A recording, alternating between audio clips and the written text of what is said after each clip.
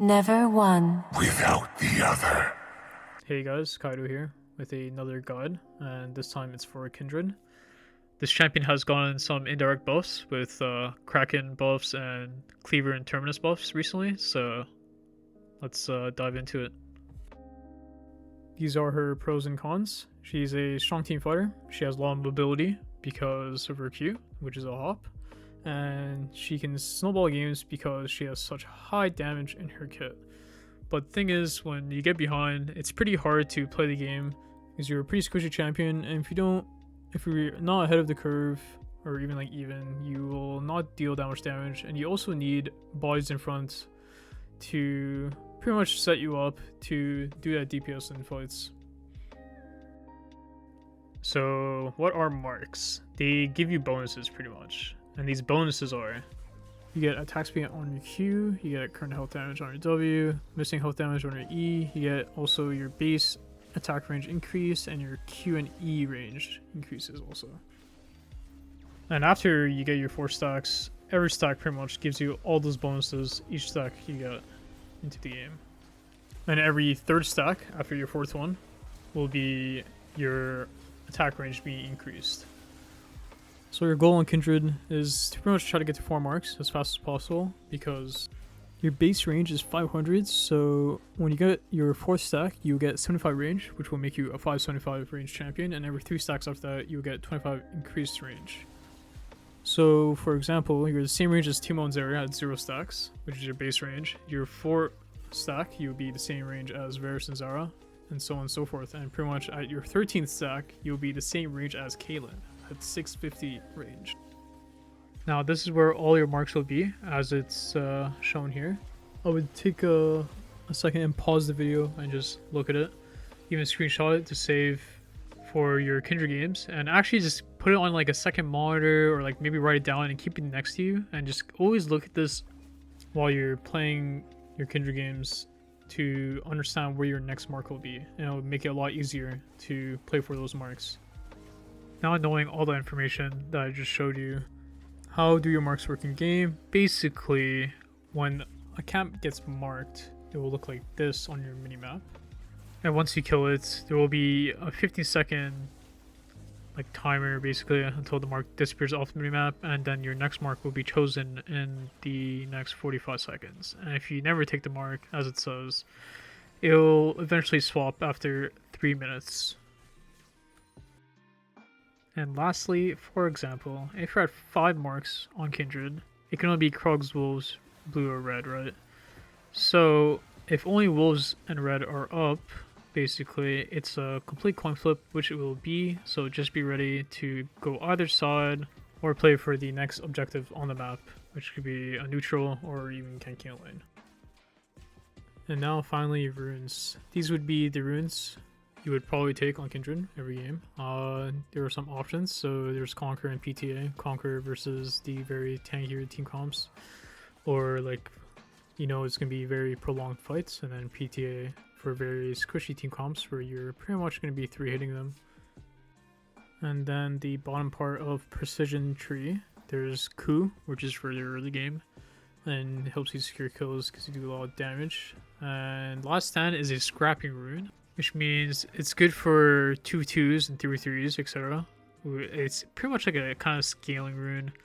It does really well throughout the game, because even while you're receiving damage, you'll be doing more damage. And lastly, you got Cut Down, which is pretty self-explanatory. You just take it versus very tanky team comps. So those kind of games, Cut Down will have a lot of value past 12 minutes.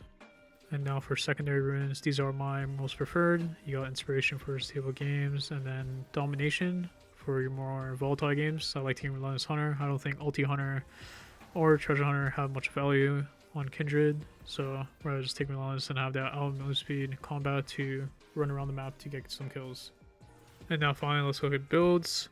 This is the most standard Kindred build in my opinion. Kraken Collector into what is best for the game. You would generally take PTA or Conquer with the setup, depending on which is better in that specific game. You can pretty much do that build every single game, and you won't really go wrong with it, so give it a try.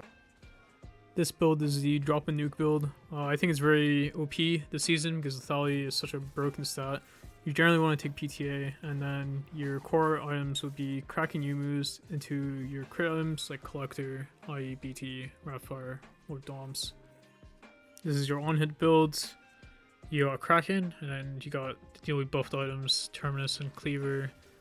And then your filler items, which would be PD, Withstand, Bork. You generally want to take Conqueror. You can also take the Tempo, but I'm not a big fan of that rune at the moment. I think it's very weak for it to Conquer. This build is for more 80 heavy comps because you go Gauntlet, and you should go Conquer the setup because you're going to be very prolonged fights with this build. You're going to be stacking a decent amount of HP with Gauntlet and Cleaver, and then you're going to top off your build with Witsend, Titanic, Runans is also very good, depending on what's best for the game. These are some defensive items you can build. Rosnar is very OP against full AD, Maw versus AP, Visage, DD, Titanic. Of course, some of these items pair very well with other items like Titanic, Runans, Anima Visage with the Maw, very strong. You can also like Bork, Anima Visage is a good combo, etc. So for boots, it's pretty simple. You go Zerkers for your snowball games, Tabas versus heavy auto attacker / AD games, and Merc Treads for very heavy CC games. But just remember, you do like Witsend as an item, and it also gives you tenacity. It might be 10 less tenacity than Merc Treads, but you can get away with building Tabas or Zerkers and pairing with Witsend, and that would be all the tenacity you would need in a game. So don't hard tunnel on buying Merc Treads unless you really need it.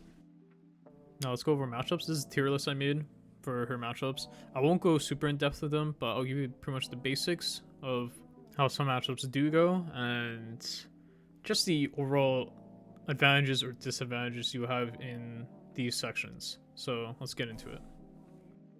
These are the easy matchups because your mobility is really good into a lot of these champs. So let's say like Karthus, gap closing is very easy because he doesn't have any mobility in his kit, for example.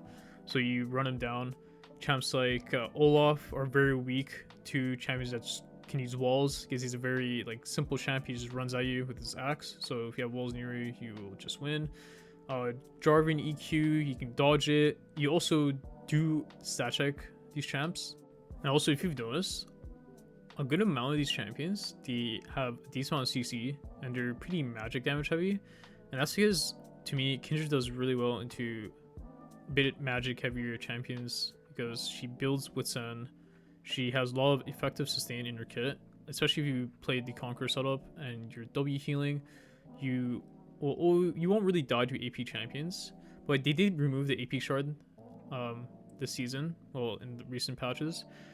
So maybe it might feel a bit worse in early game, but as soon as you hit like the Witsend point, like it's very easy to take over the game versus these matchups.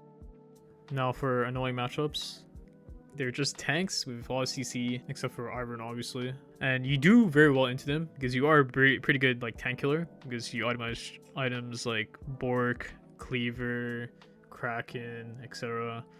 So it's not that bad, but getting there might be rough because the pairings they might have.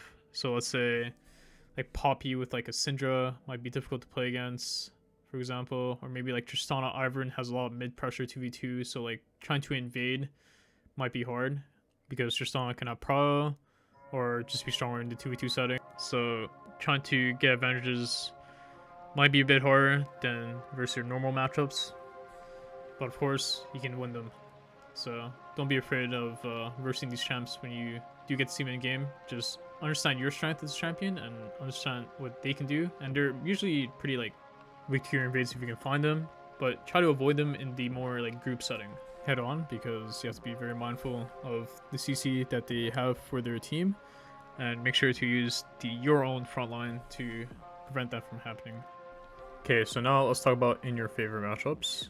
Some of these matchups can not go in your favor because let's say for example Talon can get a cheese off you with like usually I think the best way to play Talon right now is to play him with Smiting Knights to go offensive summoner and he actually has a lot of damage, but if you play around that very well you won't really just necessarily get cheesed straight up. And then like champs like VAO have a very strong clear. Like his first 3 or even like full 6 camp is pretty fast and very healthy, and his skirmishing is very strong. And like Hecarim, you have to like respect him with his like, let's say he's going to a crab fight and he had like 3 stacks Q off camp or something, and then he looks to fight you, he can beat you if you find him head on.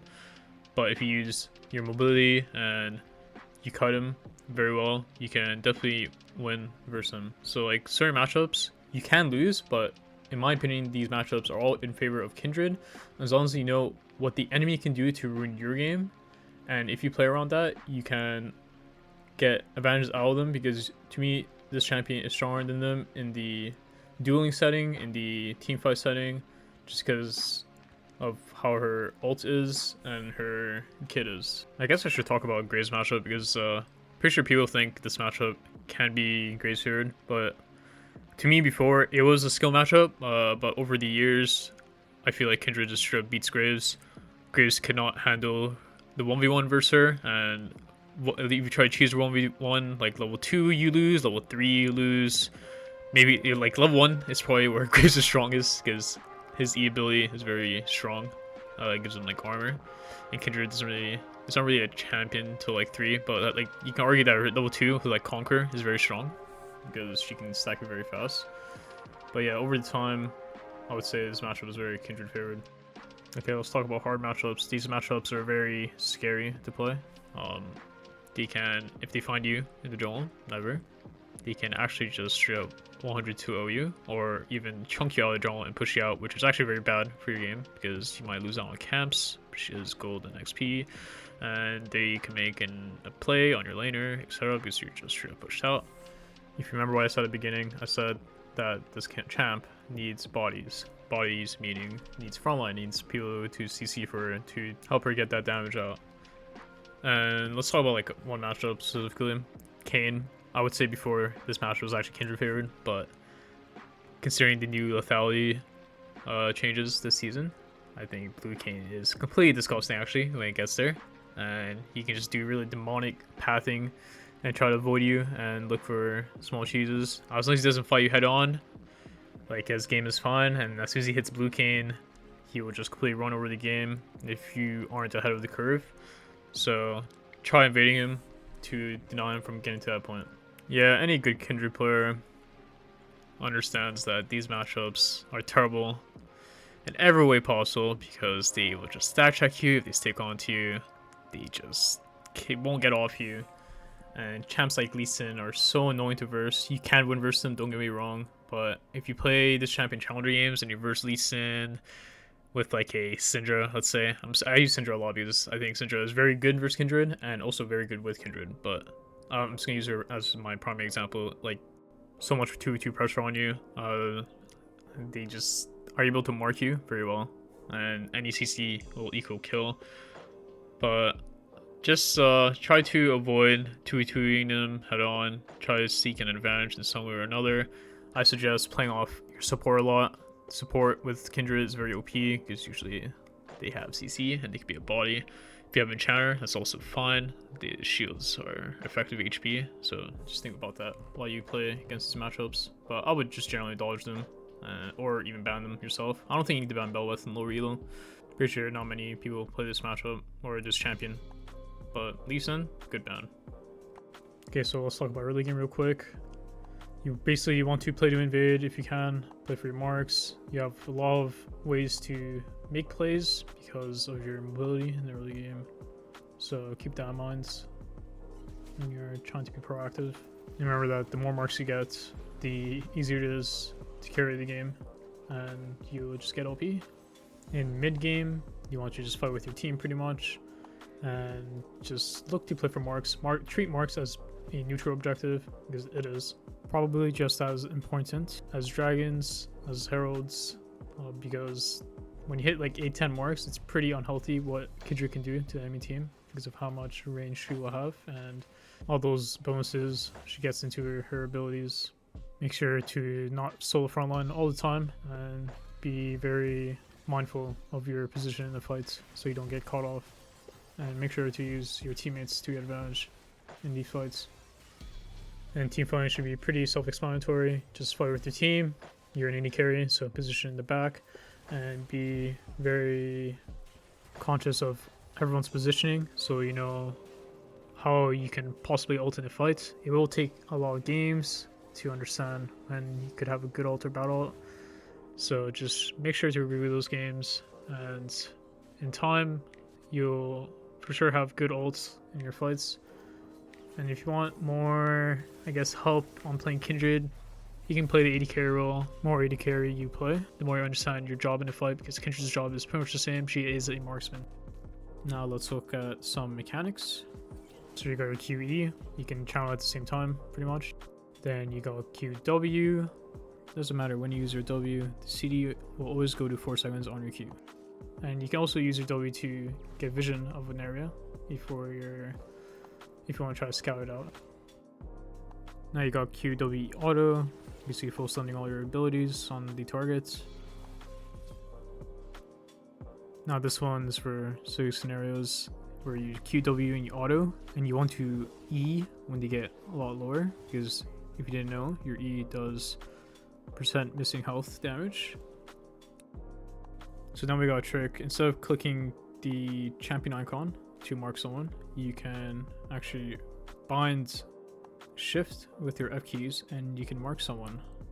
But by the chance you are now running a full-size keyboard and a 60% keyboard like me, you can bind your F keys to ZXCV and just do shift Z, and you get the same results. Now another tip, you are playing a marksman champion, and a great tool is knowing how to use your A click. There are plenty of benefits, and here's a clip of Gumusi actually just doing it himself. He's just straight up spamming it the whole time while he's playing. It looks pretty cool. I mean, he's keeping his APM very high. He does come from a StarCraft background, just like me. And this should be a habit you should try to pick up when you play marksman champions, especially. It will keep you warmed up, it will help you understand your range, and, you know, I guess if you want, you can look like Gumusi next to you. Another tip, if you're wondering how I'm doing that, it's basically normal cast with indicator. I have all my abilities here pretty much quick casted, but I have an option where I have normal cast on my shift key, so I can do shift W, shift E. Obviously for some abilities, if you didn't know, you cannot normal cast them, you won't see an indicator, they will just go off. And also like my ults, there's no indicator for it, but for my W and my E, you can get pretty much feel the range, or if you want to get over a certain part of the wall, it will help you do that also. So that's the end of the guide. If you want a wall hopping guide, I can make one in the near future, but pretty much this champion, you'll enjoy her a lot. She's extremely, she's honestly extremely fun to master, because how much you're able to do with her. And champs in general, if you have a lot of mobility, they tend to be a lot more exciting to play, because you have a lot more possible plays on the map in the early game, and a lot of room to outplay. And make sure to use her invading strengths. She is a very strong invader when she's able to. Invading is a skill, so playing Kindred will help you get better at it, even playing other champions that also like to do it a lot, like Graves, Nidalee, Lee Sin. These skills will just carry over. And also, if you ever get off-road, just play AD carry, play marksman. It will help you with your Kindred, it will help you with your Graves. Your spacing will just naturally improve if you're focusing on the right stuff. That's all I have for today's video, but I hoped I helped you learn a thing or two. If you have any questions or comments on today's content, feel free to leave a comment below. I'll try to respond to every comment, and make sure to check our Discord. I will be posting Kindred gameplay videos with all the builds that I showcased in the guide, so make sure you got notifications on. Thank you for watching.